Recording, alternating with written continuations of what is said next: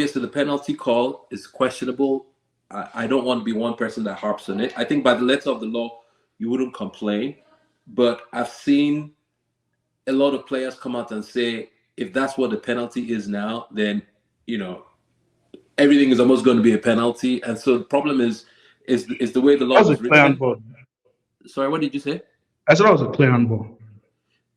It was like he stretched it. It was like volleyball. He stretched his hand. Okay, let me finish. I let you talk. So he jumped for the ball. His hand was literally the same place where Modric's hand was. There's literally a screenshot that shows Modric heading the ball with one hand like this, and this guy dropping one hand like this.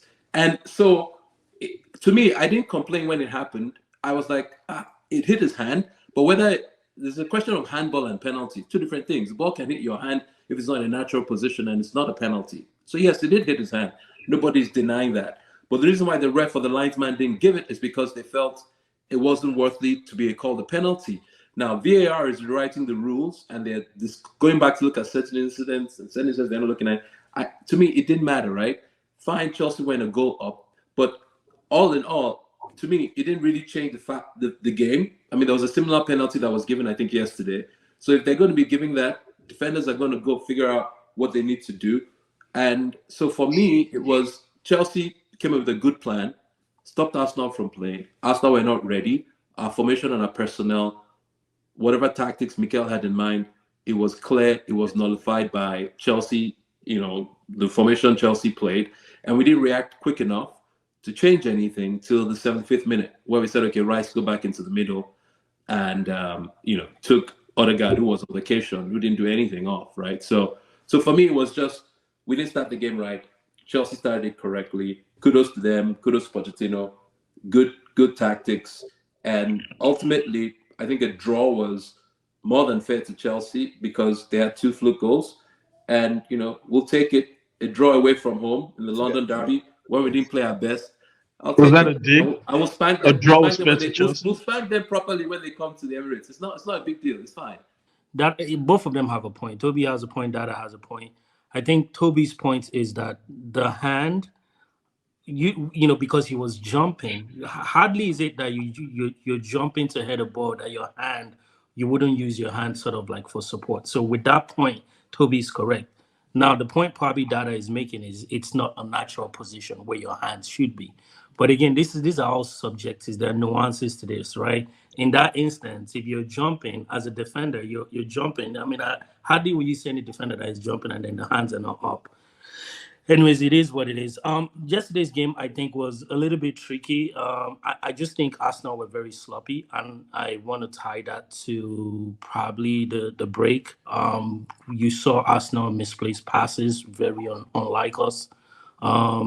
They were very lethargic in midfield. I also think, Pochettino just sort of outmaneuvered or outcoached Arteta with the way, the selection of his players. Because that midfield, we didn't hold up to par with that midfield. They used a lot of their wings. To me, I don't even think Saka too was ready to come back to that game. I think we should have just benched him, give him another, and then use someone else. Yes, it will have been a good day to actually probably play Jesus on that right, and then maybe Nketiah to play that 9, and maybe bring in a Reece Nelson as sub. But I think that wings and the midfield is really where the game was yesterday, and they outplayed us, and that's why they had really, really good outcomes. Now, with that said, I'm happy with Arsenal's resiliency. It's habits like this that, makes champions. I know we're not champions yet, because that's why you guys will win the league, right? That's probably going to give me the That was a league-winning performance. So congrats in advance. It's not. No, I mean, we beat Man City a week before. Those are the type. Exactly. Yeah, you beat Man City, the league winner. Came up 2-0 against Chelsea. I mean, if you guys don't win the league this season, I'll be floored. I didn't say we will win the league. There are still about 2 teams that have significantly better players than us. But what I assure you though is Arsenal is coming of age, right? It's not the old. Oh yeah, for sure.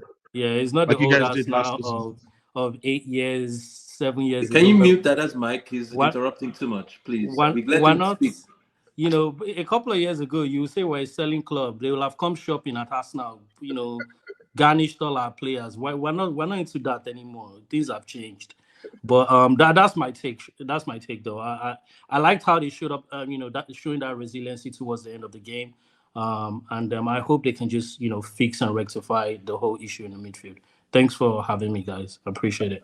Okay, thanks, Harry, for calling. Right. So my thoughts. I'll say my thoughts. I think everybody has kind of hit on everything. The one thing I want to talk about, I think Toby mentioned Rice. I think in possession, Arsenal I'll talk tactics. And tactics is boring to a lot of people, but in possession, Arsenal do this thing where they push Rice away, especially when they play teams who have very well structured press, right? So I think that was an intentional thing by pushing Rice to the left 8, because Rice is not really good playing back to goal, right? He's not a press instant DM. He's the other side of things is what he's good at, like progressing the ball, winning tackles, but in possession, out of possession, he's supposed to come back in. I think there was some miscommunications there, because out of position, Rice was supposed to come back in centrally, but he kept getting caught on the wing, unlike in the Man City game. Because in Man City, they were doing the same thing. The difference was in the Man City game, he was recovering quick enough to come back centrally when they lose the ball. That was just one. Who is your Ballon d'Or and best under 21? It's just everybody can just mention theirs and why. I think it's very simple. Dada. You always call me first now. Under 21, as Jubileum. Yeah. Ballon d'Or. Messi, I guess. I'm happy you give him his credit. Toby. You guessed. You didn't say it for sure. Ballon d'Or is Messi. He deserves it. Under 21, I'm gonna go with Saka. I don't think he'll win it. I don't think he's on the list. He's not on the list. He's on the list of Ballon d'Or. He's not on the list of 21. Why? Yeah. He's under 21. I think he's already. He's past it now. He's past it Golden now? Boy, yes. Yeah. Okay, well then I'll give it to Jude. Or what's that? No, what's Gavi? What's that guy in? Gavi in Barcelona. So I'll give nominees are Balde, Bellingham, Camavinga. The popular nominees: Balde, Bellingham, Camavinga, Gavi, Højlund, Musiala. How about Musiala? How did Højlund get on the list? Hey, he's good, man. How about Musiala? With 9 goals. Wait, he got on the list with 9 goals in the season. He's one of the highest goal scorers in the Euro qualifiers. Yeah. Who? He's like Holland? in the top 4, 5. Yeah, he's just like 20. Yeah, it's fine. He had 9 goals in his pro league. Please give it to Gavi because that has already said Bellingham. That's my vote. Bushi? It's Bellingham. If you wanted to drag someone else, you probably drag Musiala. That's about it. It's Messi. I'm very old school. You win the World Cup, best player in the World Cup, MVP is better than team effort Champions League victory. I mean, yeah, he's not the reason they won it, by the way, Haaland. He's not the main reason they won it. The other guy stepped up. He was, so in the Champions League, to be fair, the knockout stages. Postseason, yeah. Haaland had it in the postseason. He's in NBA. Haaland is He faded. So he's not the best. He wasn't the best player in that tournament.